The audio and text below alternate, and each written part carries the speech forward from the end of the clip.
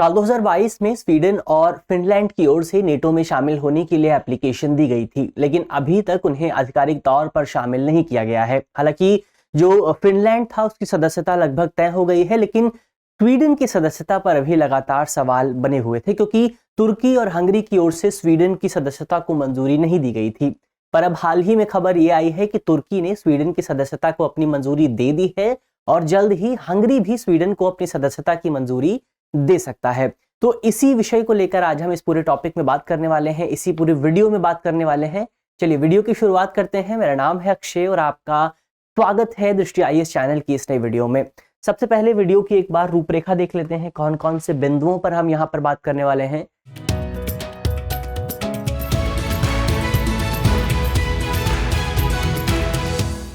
सबसे पहले हम बात करेंगे खबर की, तो सबसे पहले न्यूज को हमने जाना है। इसके बाद हम स्वीडन नाटो में क्यों शामिल होना चाहता है एक बार उसकी बात करेंगे, एक बार उसके बैकग्राउंड को समझेंगे। इसके अलावा क्या विरोध क्यों हो रहा था एक बार इसको भी समझेंगे कि इतना ज्यादा आपको बहुत ज्यादा क्रिटिसिज्म क्यों देखने को मिल रहा था, तुर्की और हंगरी क्यों विरोध कर रहे थे उस पर भी बात करेंगे। इसके अलावा स्वीडन से नेटो को क्या मिल सकता है, यानी कि अगर स्वीडन नेटो में शामिल होता है इससे नेटो को क्या फायदा होने वाला है, स्वीडन को क्या फायदा होने वाला है, उस पर भी बात करेंगे। और अंत में एक सवाल पर भी चर्चा होगी। सवाल जो है वो प्रीलिम्स का है और आप कमेंट बॉक्स में उस सवाल का जवाब दे सकते हैं। इसके अलावा ये जो पूरा टॉपिक है इसे आप जीएस पेपर 2 से जोड़ सकते हैं, इंटरनेशनल रिलेशन से आप जोड़ सकते हैं, इंटरनेशनल ग्रुपिंग से आप इसको जोड़कर देख सकते हैं, और भी जो तमाम टॉपिक आपको दिखाई देते हैं वहां से आप इस पूरे सब्जेक्ट को, इस पूरे टॉपिक को जोड़कर देख सकते हैं। चलिए वीडियो की शुरुआत करते हैं। और शुरुआत करने से पहले आपके लिए एक लगातार खबर जिस पर हम चर्चा कर रहे हैं वो ये है कि इस गणतंत्र दिवस के अवसर पर, रिपब्लिक डे के उपलक्ष्य में दृष्टि आईएएस की ओर से हमारे जो तमाम ऑनलाइन कोर्सेज हैं, जो पेन ड्राइव कोर्सेज हैं, जो टेस्ट सीरीज है, जो तमाम कोर्स आपको दृष्टि लर्निंग ऐप पर मिलेंगे, तो उन ऐप्स पर दृष्टि आईएएस की ओर से आपको 20 से 50% तक का डिस्काउंट दिया जा रहा है। और ये जो डिस्काउंट है ये आज यानी कि 25 जनवरी तक लागू है। तो अगर आप इस डिस्काउंट का लाभ उठाना चाहते हैं, क्योंकि आज आखिरी दिन है, तो आपको जल्द से जल्द इस पर एनरोल करना होगा। एनरोल करने के लिए आप हमारे नंबर पर हमसे संपर्क कर सकते हैं। आप दृष्टि लर्निंग ऐप को डाउनलोड कर सकते हैं। उस ऐप को डाउनलोड करने के बाद आसानी से आप इन कोर्सेज पर इस छूट का जो लाभ है वो प्राप्त कर सकते हैं। इसके अलावा वीडियो के डिस्क्रिप्शन में आपको एक लिंक मिलेगा, वहां से जाकर आप अपने आप को एनरोल भी कर सकते हैं। तो ये आपके लिए खबर है। तो बहुत कम समय बचा हुआ है इस डिस्काउंट का लाभ उठाने का।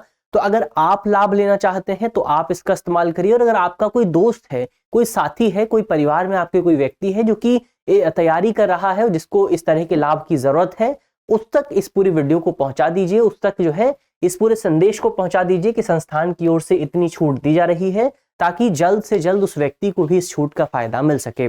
चलिए ये तो छूट की बात हुई, ये तो आपके डिस्काउंट की बात हुई। अब हम आगे बढ़ते हैं और स्वीडन नाटो में क्यों शामिल होना चाहता है। सबसे पहले इस सवाल के जवाब को खोजने की कोशिश करते हैं। अगर आप नेटो की बात करें, नाटो क्या है, तो ये अमेरिका, कनाडा और यूरोपीय देशों का एक सैन्य गठबंधन है, जिसमें आपको अमेरिका मिलेगा, जिसमें आपको कनाडा मिलेगा, और जो तमाम यूरोपीय देश हैं वो यहाँ पर आपको दिखाई दे जाएंगे, जिसे उत्तर अटलांटिक संधि यानी कि उत्तरी अटलांटिक संधि यानी कि नॉर्थ अटलांटिक ट्रीटी के जरिए गठित किया गया था, जिस ट्रीटी को आप वॉशिंगटन संधि के नाम से भी जानते हैं। और इसी ट्रीटी के नाम पर इस ऑर्गेनाइजेशन का भी नाम पड़ा है। जैसे नेटो की फुल फॉर्म है नॉर्थ अटलांटिक ट्रीटी ऑर्गेनाइजेशन, तो ये नेटो का हमने इतिहास देखा। इसके अलावा वर्तमान समय में अगर आप देखेंगे तो इसके 30 सदस्य यहाँ पर मौजूद हैं। और इसका जो सबसे रिसेंट मेंबर है वो है नॉर्थ मैसेडोनिया, जो कि 2020 में इसमें शामिल हुआ था। और 2020 के बाद से अभी तक कोई भी देश आधिकारिक तौर पर नाटो का मेंबर नहीं बन पाया है। इसके अलावा अब हम बात करते हैं स्वीडन की। यहाँ पर हमने नेटो को समझा, अब एक बार स्वीडन की भी बात करते हैं। तो अब अगर आपने इतिहास को पढ़ा है, अगर आपने विश्व इतिहास को पढ़ा है, तो आप जानते हैं कि जो आपका स्वीडन है उसने तकरीबन 2 शताब्दियों से कोई भी युद्ध नहीं लड़ा है। चाहे आप सेकेंड वर्ल्ड वॉर ले लें, चाहे आप फर्स्ट वर्ल्ड वॉर ले लें, चाहे आप कोल्ड वॉर ले लें, इस पूरे पीरियड के दौरान आपका जो स्वीडन है वो तटस्थ रहा, वो न्यूट्रल रहा, और लगातार उसकी पॉलिसी भी न्यूट्रल रहने वाली ही है। हाल के वर्षों में अगर आप देखेंगे तो स्वीडन ने नेटो के साथ सहयोग जरूर किया है, बहुत सारी एक्सरसाइज की हैं, बहुत सारा काम किया है, लेकिन इसके बावजूद भी अगर आप स्वीडन के भीतर देखेंगे पिछले कुछ समय, खासतौर पर 2022 से पहले, तो कहीं भी इस तरह की संभावना नहीं थी कि स्वीडन नेटो में शामिल होना चाहता है। तो आधिकारिक तौर पर कभी भी 2022 से पहले ये बात नहीं की गई कि स्वीडन जो है वो नेटो का मेंबर बनना चाहता है। लेकिन फरवरी 2022 में स्थिति में परिवर्तन आता है। क्या परिवर्तन आता है? परिवर्तन यह आता है कि फरवरी 2022 में रूस की ओर से यूक्रेन पर आक्रमण कर दिया जाता है। और इसी आक्रमण के डर से, क्योंकि अब जो है रीजन बहुत ज्यादा हॉस्टाइल हो चुका था, जो पड़ोसी देश था, और रूस जो है वो स्वीडन के बहुत ज्यादा करीब है, फिनलैंड के बहुत ज्यादा करीब है, तो इस वजह से ये एक संभावना ये भी बन रही थी कि हो सकता है रूस जो है और ज्यादा आगे बढ़ते हुए स्वीडन और फिनलैंड पर भी हमला कर दे। और इसी की वजह से जुलाई 2022 में स्वीडन और फिनलैंड की ओर से नेटो में शामिल होने के लिए एप्लीकेशन दी जाती है, जो है एक आवेदन दिया जाता है। इसमें से आपका जो फिनलैंड है, अब अगर आप नेटो के नियम देखेंगे तो नियम ये कहते हैं कि अगर कोई देश नेटो का मेंबर बनना चाहता है तो उसको सभी देशों, यानी कि नेटो के जितने भी मेंबर्स हैं, उन सभी देशों की अनुमति की जरूरत होगी, उनकी रजामंदी की जरूरत होगी। ऐसे में फिनलैंड को तो सभी देशों की अनुमति मिल गई, लेकिन स्वीडन को 2 देशों की अनुमति नहीं मिल पाई। कौन कौन से 2 देश थे? इसमें सबसे पहले स्वीडन को तुर्की की अनुमति नहीं मिली, और तुर्की के साथ साथ हंगरी ने भी स्वीडन को नेटो में शामिल होने की अनुमति नहीं दी। तो ये हमने इस पूरे मामले को समझा, स्वीडन क्यों शामिल होना चाहता था, फिनलैंड क्यों शामिल होना चाहता था, और वहां पर क्या क्या चैलेंजेस मौजूद थे। अब एक बार इस पूरे रीजन को मैप पर भी देख लेते हैं, ताकि इसको समझने में आपको किसी भी तरह की समस्या का सामना ना करना पड़े। तो यहां पर आप देखेंगे ये पूरा जो रीजन है ये आपका रशिया का रीजन है। यहां पर आपको यूक्रेन दिखाई देगा जिस पर अभी लड़ाई चल रही है, और ये क्रीमिया वाला रीजन है। क्रीमिया वाले रीजन के आप जानते हैं, इस रीजन के बारे में 2014 में रूस ने इस रीजन का अधिग्रहण कर लिया था, इसको एक्वायर कर लिया था, अनेक्स कर लिया था। इसके अलावा अब हम बात करते हैं स्वीडन और फिनलैंड की। तो यहां पर मौजूद है स्वीडन और यहां पर है फिनलैंड, यानी कि दोनों ही देश जो हैं वो बहुत ज्यादा करीब मौजूद है रशिया के। ऐसे में दोनों देशों के ऊपर यह संभावना थी कि अगर रशिया थोड़ा और आगे बढ़ता है तो यहां पर इन दोनों देशों को युद्ध के खतरे का सामना करना पड़ेगा। और इसी वजह से दोनों देशों की ओर से नेटो में शामिल होने के लिए एप्लीकेशन दी गई थी। दरअसल एप्लीकेशन तो आपका यूक्रेन की ओर से भी दी गई थी, लेकिन यूक्रेन की एप्लीकेशन को अभी तक मंजूरी प्रदान नहीं की गई है। तो ये हमने इस पूरे रीजन के बारे में देखा, यहां पर हमने इस पूरे रीजन को समझा। अब हम आगे बढ़ते हैं और यहां पर ये जानने की कोशिश करते हैं कि आखिर तुर्की और हंगरी की ओर से स्वीडन की एप्लीकेशन को मंजूरी क्यों नहीं दी गई थी, किस आधार पर विरोध किया जा रहा था। तो विरोध की बात करते हैं। सबसे पहले तुर्की के कारणों को जानते हैं कि तुर्की मंजूरी क्यों नहीं दे रहा था। तुर्की का दरअसल मानना यह था कि स्वीडन जो है वो कुर्द आतंकवादी संगठन यानी कि कुर्दिस्तान वर्कर्स पार्टी के प्रति बहुत ज्यादा नरम रुख अपना रहा है। कौन अपना रहा है? तो स्वीडन अपना रहा है। जबकि तुर्की जो है वो इस पूरे संगठन को एक आतंकवादी संगठन के तौर पर, एक मिलिटेंट ऑर्गेनाइजेशन के तौर पर देखता है। तुर्की का कहना है कि ये जो संगठन है ये तुर्की के भीतर अलगाववादी गतिविधियों को बढ़ावा दे रहा था, जबकि स्वीडन जो है वो इस संगठन के प्रति बहुत ज्यादा नरम रुख अपना रहा है। पहला ये कारण हुआ। दूसरा कारण यह है कि स्वीडन में थोड़े दिन पहले एक विरोध प्रदर्शन हुए थे, जिस विरोध प्रदर्शन के दौरान कुरान को जलाने की कुछ घटनाएं सामने आई थी। अब तुर्की ने स्वीडन पर आरोप यह लगाया था कि स्वीडन ने इन तमाम घटनाओं पर कोई कार्यवाही नहीं की थी। स्वीडन ने कहा था कि ये इस तरह की जो घटनाएं हैं वो फ्रीडम ऑफ स्पीच और फ्रीडम ऑफ एक्सप्रेशन का हिस्सा है। इसी वजह से स्वीडन की ओर से इन घटनाओं पर कोई कार्यवाही नहीं की गई थी, लेकिन तुर्की ने इसका विरोध किया था। यही तमाम वजह थी कि तुर्की अभी तक स्वीडन की जो मेंबरशिप थी उस पर रोक लगाए हुए था, लेकिन अब जो है अपनी मेंबरशिप को अनुमति दे दी गई है। ये तो हमने तुर्की के कारणों पर बात की। अब एक बार हंगरी के कारणों पर भी बात कर लेते हैं कि आखिर हंगरी इतना विरोध क्यों कर रहा था।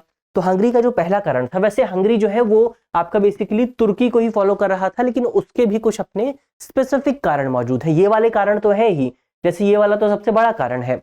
इसके अलावा कुछ स्पेसिफिक कारण भी हैं। जैसे एक स्पेसिफिक कारण यह है कि स्वीडन की ओर से लगातार हंगरी के जो प्रधानमंत्री हैं विक्टर ऑर्बन, इनके खिलाफ लोकतंत्र की जो स्थिति है इनके देश में, उसके खिलाफ लगातार स्वीडन की ओर से कई बयान जारी किए गए थे।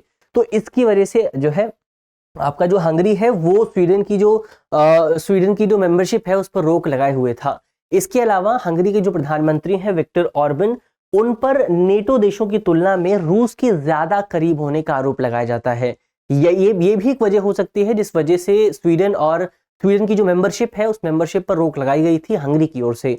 तो ये हमने कारणों पर बात की। हालांकि अब जो है तुर्की ने मंजूरी दे दी है और ऐसा कहा जा रहा है कि जल्द ही हंगरी भी अपनी मंजूरी दे सकता है। ऐसी कई खबरें सामने आ रही हैं कि हंगरी भी मंजूरी देने के लिए तैयार हो गया है। तो ये हमने इस पूरे टॉपिक पर बात की, विरोध क्यों हो रहा है। अब एक बार यहां पर हम जान लेते हैं कि स्वीडन अगर नेटो में शामिल होता है तो इससे नेटो को क्या फायदा होने वाला है, नेटो को क्या मिलने वाला है।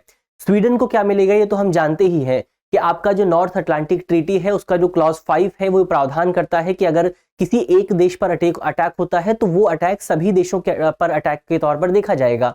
तो स्वीडन को इससे जाहिर तौर पर सेफ्टी मिलेगी, सिक्योरिटी मिलेगी, सुरक्षा मिलेगी। लेकिन नेटो को क्या मिलेगा? तो अगर आप देखें तो अगर स्वीडन नेटो में शामिल हो जाता है तो इसकी वजह से रूस के पास जो हिस्सा मौजूद है अगर उस हिस्से को छोड़ दिया जाए तो नेटो के पास बाल्टिक सागर के जो तमाम तट हैं वो नेटो के पूरे क्षेत्राधिकार में शामिल हो जाएंगे। ऐसे में इसका फायदा ये होगा कि जो पूरा आपका नेटो ऑर्गेनाइजेशन है वो रूस के और ज्यादा करीब पहुंच जाएगा, रणनीतिक बेस स्थापित हो जाएगा, स्ट्रेटेजिक बेस वहां पर नेटो को मिल जाएगा। इसके अलावा जो आपकी आपूर्ति लाइंस हैं, जो सप्लाई लाइंस हैं वो भी बेहतर हो सकेंगी। ज्यादा सप्लाई आप इस बाल्टिक सागर का जो एरिया है वहां पर भेज सकते हैं, रूस के करीब वाले इलाके में भेज सकते हैं। इसके अलावा जो समुद्री संपत्तियां हैं, जो मैरीन एसेट हैं, उनकी भी और बेहतर ढंग से सुरक्षा की जा सकती है। जो नेटो के एसेट है उन एसेट्स की बेहतर सुरक्षा की जा सकती है। इसके अलावा अगर आप देखें स्वीडन की जो सेना है वैसे तो वो सेना बहुत ज्यादा छोटी है, अगर आप नंबर से कंपैरिजन करेंगे तो नेटो की सेना बहुत ज्यादा छोटी है।